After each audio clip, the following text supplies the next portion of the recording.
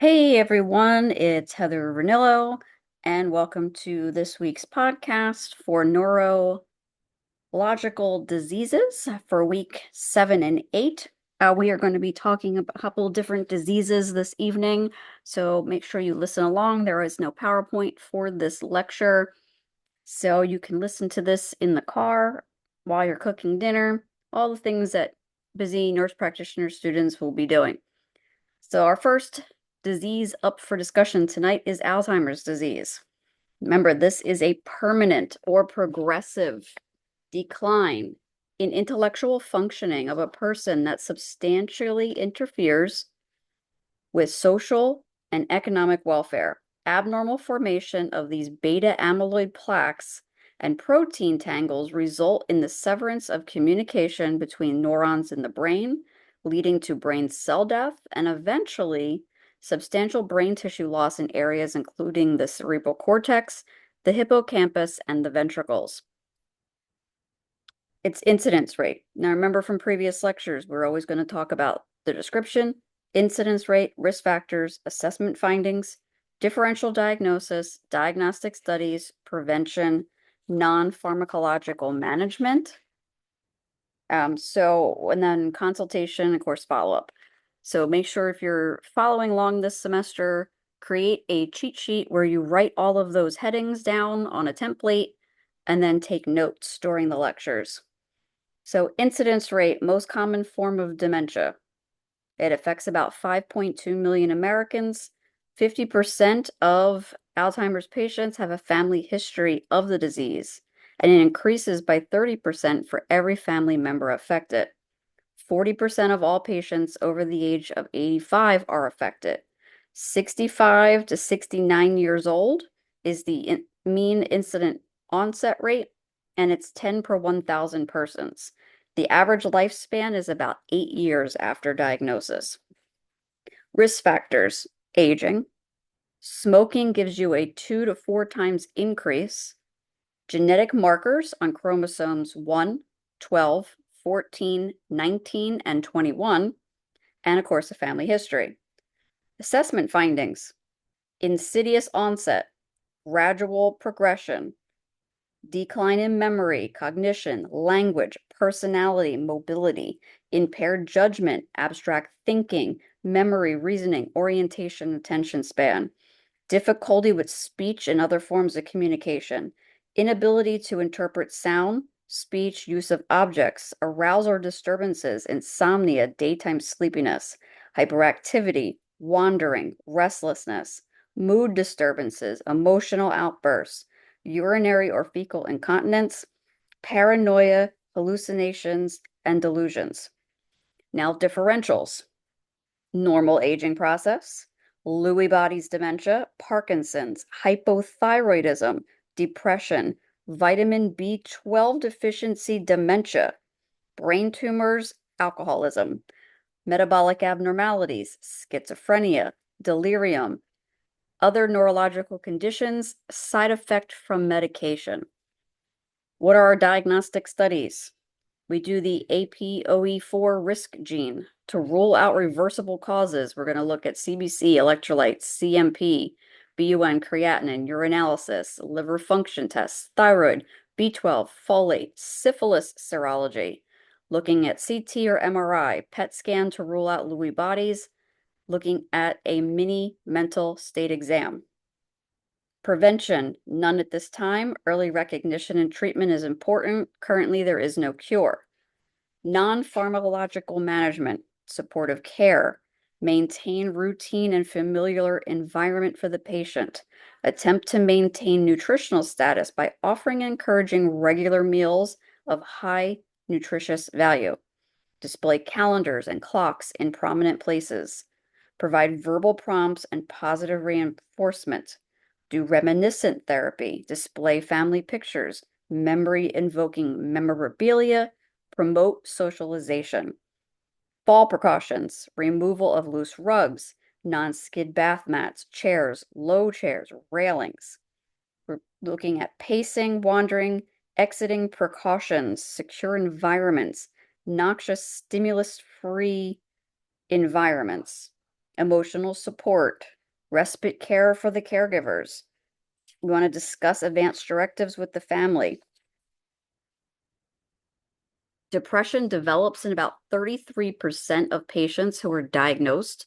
Therefore, we should always remain alert. Consultation and referrals, we're going to consult a neurologist for new onset dementia, social services for the family. Follow-up depends on severity. Periodic follow-up needed to assess rate of decline. The expected course, it's variable rates of progression, but the average survival rate is about 7 to 9 years. Our possible complications, accidents, malnutrition, caregiver exhaustion, rapid deceleration, aggression, paralytic ileus, aspiration, and death. Now, let's discuss pharmacological management. Since we are doing a pharmacological or advanced pharm class, we have different class drugs. Our main one, though, that you need to be aware of is your cholinesterase inhibitors, the CEI drugs. Those are preventing breakdown of that acetylcholine and increases the availability of the acetylcholine at that cholinergic synapse. Different names, we have donepezil. I can never do generic names. Girl, it's DONEPEZIL, Aricept, Aricept ODT. Those are the name brands. These products have a potential to demonstrate vagatonic effects on our cardiac conduction. And preoperatively, we should always talk with anesthesia about holding medications like these before surgery. There's different dosages. It's usually 5 milligrams started by mouth at nightly. And when we have moderate to severe disease, we start at 10 milligrams. The max is 23 milligrams by mouth nightly. Pregnancy class C, it doesn't really matter for these patients. They're not reproducing, but their family members who are pregnant may be handling the medication. So we need to tell them to make sure that they wear gloves. We're going to take this at bedtime. It doesn't have any regard to food. We never split, crush, or chew the 23 milligram strength tablet. Higher doses of this medication are associated with weight loss. We need to monitor for gastrointestinal bleeding. And we want to be very cautious in using the higher dose in a patient who already had a low body weight to begin with. There is galantamine, GALANTAMINE. Razidine is a name for it. It's an immediate release. So we're going to do 8 milligrams by mouth daily, increasing after 4 weeks up to 16 milligrams by mouth daily. And then as we're increasing, we can hit a max of 24 milligrams by mouth daily.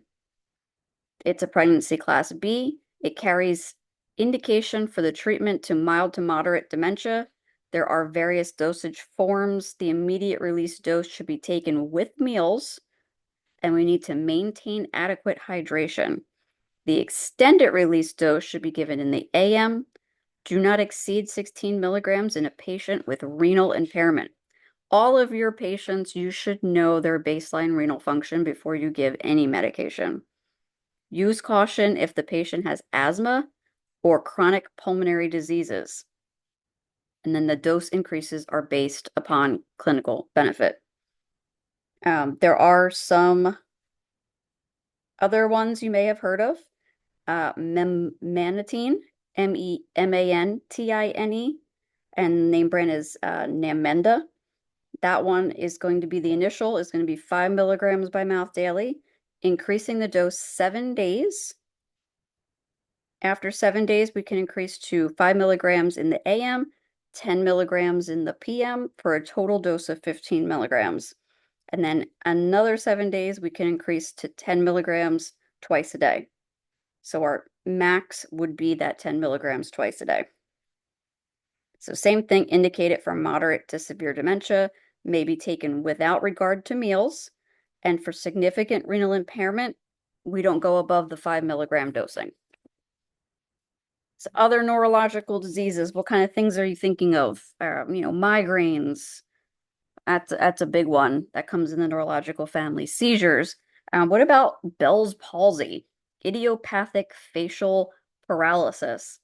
It's disruption of the facial nerve, cranial nerve. What number? It's 7, resulting in the interruption of messages to the brain. What is our etiology? Edema, inflammation, or compression of the cranial nerve. It could be idiopathic. It could be associated with viral illnesses like meningitis, common cold, influenza, herpes zoster, exposure to cold, facial trauma that caused inflammation of that canal. What's the incidence rate? 40,000 Americans per year. It can occur at any age, more common between ages 15 and 60. Male and female are equal for incidence rate. Disproportionately attacks people with diabetes and upper respiratory infections. Risk factors: Lyme's disease, third trimester of pregnancy, family history, headaches, chronic middle ear infections, high blood pressure, diabetes, sarcoidosis, or tumors. What do you think are some of your assessment findings? They can range from mild to severe. Symptoms begin suddenly, and they reach their peak in about 48 hours. You get paralysis on one side of the face. It's very rare for it to be bilateral. Numbness on the affected side, drooping of the eyelid on the affected side, drooping of the corner of the mouth on the affected side, drooling, dryness of the eye, excessive tearing, inadequate tearing, hypersensitivity to sound. We can get an ipsilateral loss of taste. We can get ipsilateral ear pain, loss of a nasolabial fold, discomfort around the jaw and behind the ear, ringing in the ear, impaired speech, and difficulty eating and drinking. Our differential diagnosis, what do you think is the biggest one? It's going to be stroke, Lyme's disease, tumors, traumas, otitis media. Diagnostic studies. It is usually diagnosed on clinical presentation. A Lyme titer if there's a history. CT to rule out a stroke. EMG testing, determining this severity and the extent of the nerve involvement. What about prevention? There really is none. Non-pharmacological management. Education. Eye drops to maintain lubrication. Close and patch the affected eye. Warm, moist heat to the affected side of the face. Earplugs, physical therapy, and massage of the facial muscles. Pharmacological management. That's why we're here. This is a pharm class. Tapered dosage of corticosteroids. We need to initiate them within 3 days of onset, or the corticosteroids are usually not sufficient and of little benefit. Prednisone or prednisolone is by mouth, 60 milligrams for 5 days. And our steroids taper. 50 milligrams for a day, 40 milligrams for a day, 30 milligrams for a day, 20 for a day, 10 milligrams for a day. We can give oral antivirals, acyclovir, valacyclovir, in conjunction with the oral steroids has been more beneficial than steroids alone. What's our prognosis? It's good. Recovery time varies. Symptoms usually improve in 2 weeks. There's usually complete recovery within 3 to 6 months. In rare cases, symptoms do not completely resolve. They can reoccur, sometimes on the opposite side. And we need to document our degree of facial paralysis, and that actually helps predict the probability of recovery. And then pregnancy and lactation considerations. We need to be cautious. If we're going to use steroids in pregnancy, you need to bring OB/GYN on board. And we also need to monitor blood pressure if we're putting someone on steroids, if they have a history. Consultation and referral, OB if they're pregnant, neurologist if it's serious, ophthalmologist if we got a possibility of maybe a corneal abrasion from that dry eye. Follow-up 2 weeks after the onset to monitor treatment. And the expected course. dependent upon the prognosis. Complete paralysis at onset has a worse prognosis than incomplete paralysis. Possible complications are going to be mainly of that for ocular. So you got the eye drying, which can cause the corneal ulcerations, hyperlagmentation. You can get permanent vision loss.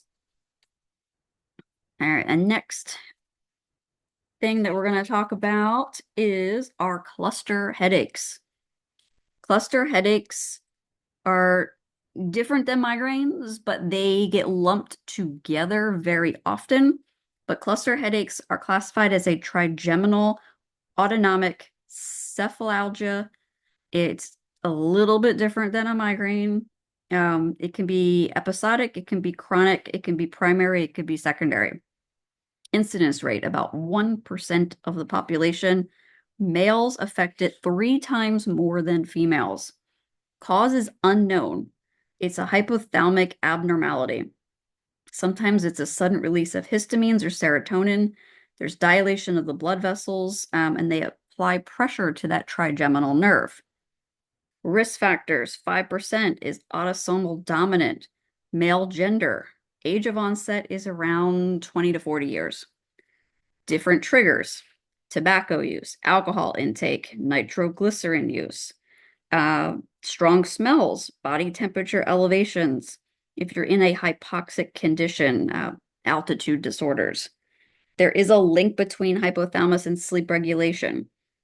Patients with closed glaucoma, giant cell arteritis, basilar artery thrombosis. And herpes zoster. Can't forget that one. That one can actually be a trigger for cluster headaches as well. So assessment findings, they can last anywhere from 15 to 180 minutes. They're very cyclical. Sometimes you'll get them for 1 to 3 months, and they can occur the same month each year. You could have a prolonged symptom-free period that lasts for months to years, followed by episodic that has a circle annular propensity.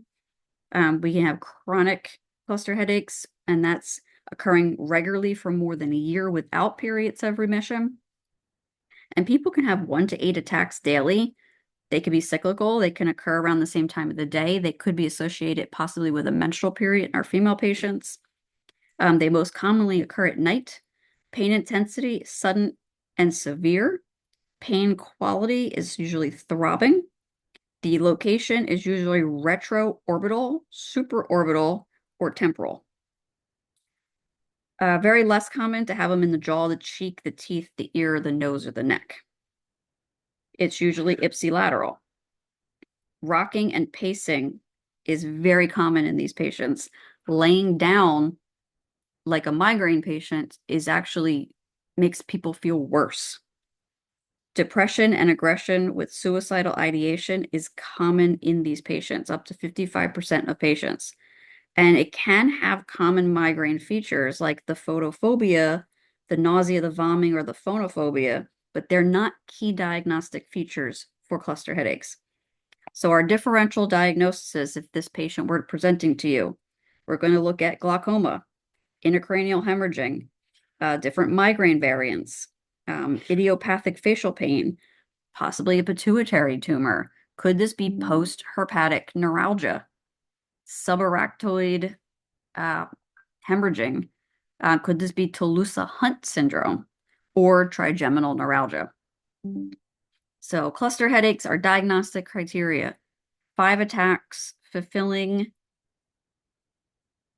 at least the criteria that I'm about to state below. So we're going to have severe or very severe unilateral pain. Headache is accompanied by at least one of the following: a one-sided conjunctival infection or injection or lacrimation. We're going to have one-sided nasal congestion or rhinorrhea.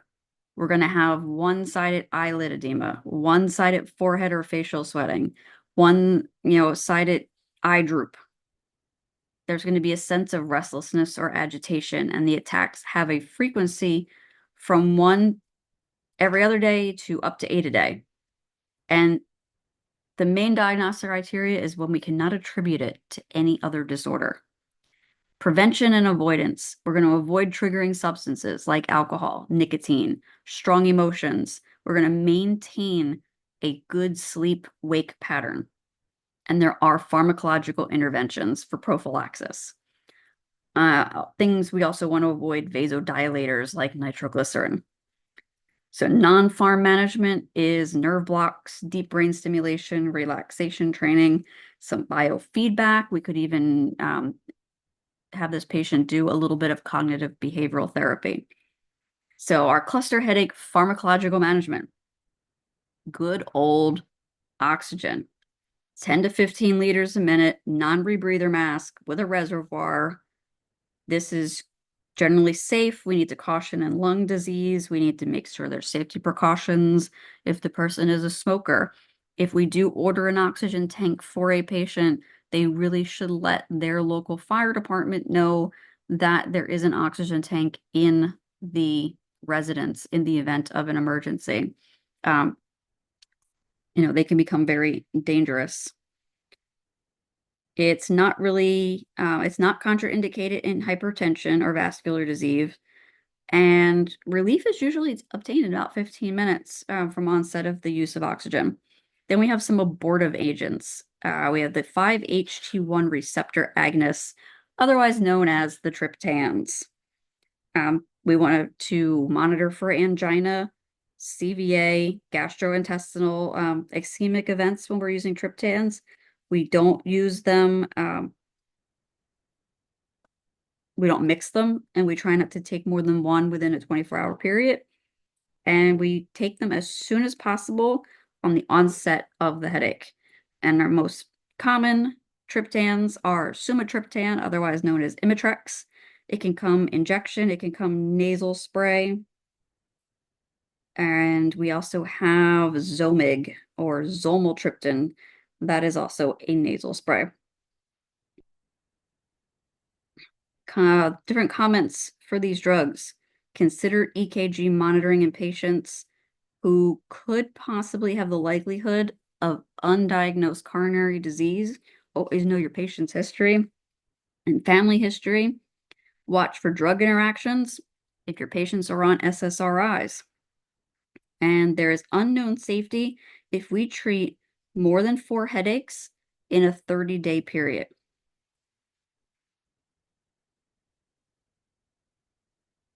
We can give patients corticosteroids like prednisone. It's a 60 to 80 milligram by mouth daily, 5-day taper every 3 days. We also, not going to use this in pregnancy. We are going to caution use in cardiovascular disease or diabetics. What happens if you give steroids to a diabetic? Their sugar goes astronomically high. Without prophylactic treatment, headaches are likely to reoccur. Steroid-related adverse effects are likely if we do a very long steroid taper. We also need to monitor electrolytes, monitor for Cushing's syndrome, sodium fluid retention, mood swings. We can give these patients some prophylactic treatments, such as calcium channel blockers. Verapamil is one, 80 milligrams by mouth 3 times a day with a max dose of 480 milligrams a day. With this, we need to monitor liver function, blood pressure, heart rate, EKG, and we do a slow titration because if we abruptly stop, you could have potential for EKG changes, and this patient should not consume grapefruit juice. It will interfere with the verapamil. We can also do off-label use of an antipsychotic agent called lithium, 300 milligrams by mouth twice a day, titrating up to 1,200 milligrams a day. We always have to have a pregnancy test before initiation if this is a female patient. We have to monitor lithium levels. They cannot crush, chew, or cut the ER formulation of these tablets. This one's going to require this patient to get a lot of blood work. So this is one that is not going to be an initial treatment. So special considerations, we're going to avoid triptans in patients who have coronary artery disease or any poorly controlled hypertensive patient. Triptans are most effective if given in the early headache phase. We don't want to Mix them within a 24-hour period. We want to reserve narcotics for infrequent use because of the addiction potential. And if they smoke, we should be doing counseling on smoking cessation. Consultation and referral, send them to a neurologist if we have severe headaches or ones that are unresponsive to drug therapy. We're going to return to the clinic if headache is unresolved after treatment, becomes more severe. If it varies from its usual presentation, we may have to send them to the ER. We want to monitor EKG, thyroid functions, renal functions, electrolytes. Follow-up visits to monitor headache response. Expected course, recurrent attacks are usual until the cycle is interrupted. Symptoms typically resolve as the patient gets older. Possible complications, no real long-term complications, although the pain can be excruciating and incapacitating. There's always a chance for comorbid depression. There's a rare possibility of suicide or self-injury during an attack. And of course, the risk of addiction if we are prescribing any kind of narcotic analgesics. Neurological things are fun, aren't they? The one good thing, though, is a lot of these have the same treatments. And so if we already did migraines, what else did I have in our lecture today? Multiple sclerosis. That is a disease of the central nervous system affecting the gray and the white matter. It's multifocal in nature. It's slow, it's progressive, it's characterized by these lesions resulting in an inflammatory demyelinization of the nerve cells in the brain, in the spinal cord, and there's preservation of the axons. The cause is unknown. There's a research saying that could be viral in origin. It's supported by clusters in families. There's geographical clusters.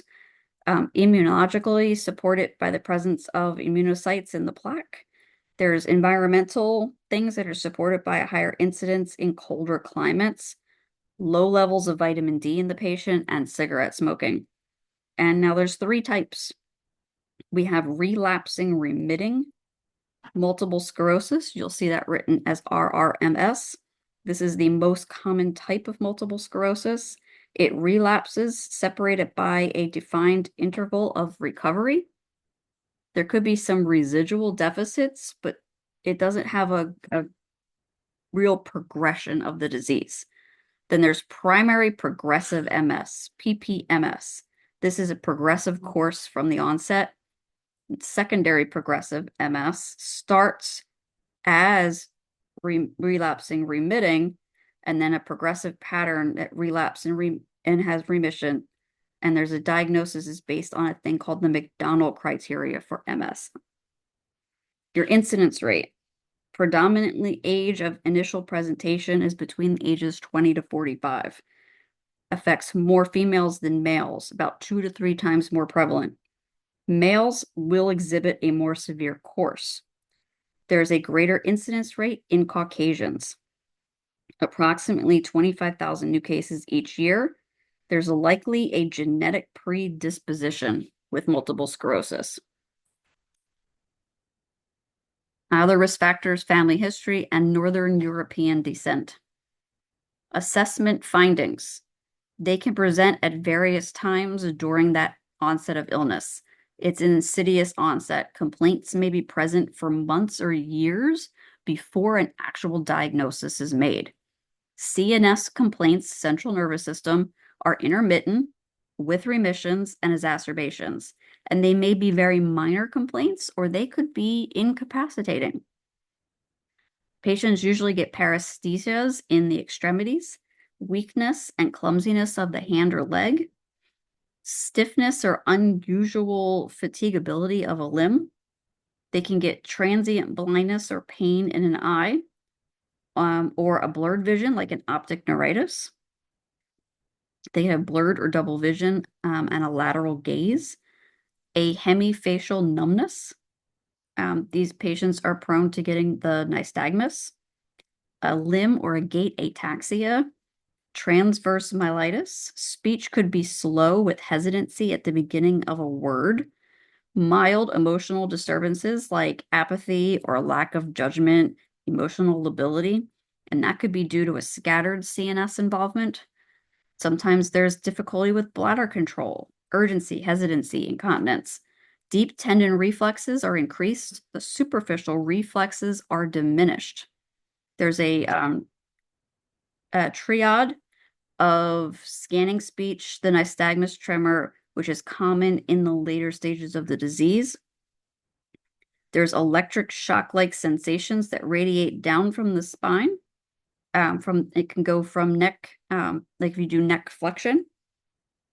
There's tonic spasms, where a single limb will have a tonic spasm that lasts seconds to minutes.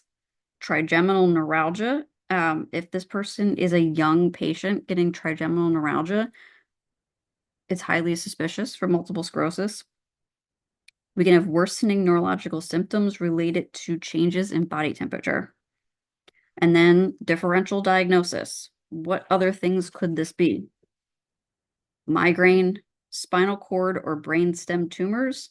It could be a presentation of ALS or Lou Gehrig's disease. You could have a central nervous system infection, compressed or ruptured intervertebral disc. There could be a cerebral infarct. What about inflammatory diseases? Sarcoidosis, celiac disease, vasculitis, Behçet's, lupus, Sjogren's, neoplasms, lymphomas. They could have recurrent stroke-like episodes. Antiphospholipid syndrome, neuromyelitis. It could be a simple B12 deficiency causing the paresthesias. For diagnostic studies, there's no specific test that confirms. We look at cerebral spinal fluid, which could demonstrate that the total elevated IgG protein and lymphocytes could be, increased. There's the VERS, the visual evoked responses, show that there's demyelization of the visual pathways. The MRI is the most sensitive test, but it has low specificity. So we might see some white matter sclerotic plaques.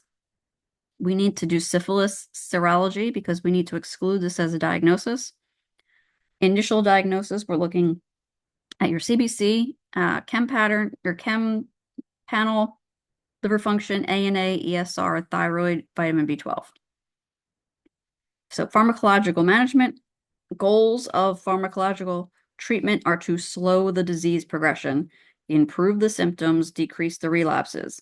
There is no current therapy that is completely effective on the market right now. Immune modulators are helpful in suppressing inflammatory effects of MS. We got Avonox, beta-serin, Copaxone. Some medications are used to manage symptoms with antispasmodics, NSAIDs, gabapentin, anticholinergics if we have some bladder issues, stool softeners, treat the constipation, antidepressants if we have comorbid depression and emotional lability. And consultation referral, if this patient you're suspecting has MS and you do some initial workup, we're going to be sending them to a neurologist. Patients with MS should receive care from a neurologist. Follow-up care will depend on the severity and frequency of exacerbations. Expected course of treatment, highly variable, unpredictable, frequent exacerbations or remissions. About 70% of patients can lead very active lives, but they need to avoid wearing their body down when having extreme fatigue. The illness lasts more than 25 years. Possible complications, urinary tract infections, depression, sexual impotence. If the patient becomes bedridden due to impaired mobility, they could develop pressure ulcers. They could go into coma. They could have optic nerve atrophy. They're very prone to having dental caries and paraplegia. So that is it for our Chapter 7 Neurological Disease podcast. You guys have a great evening.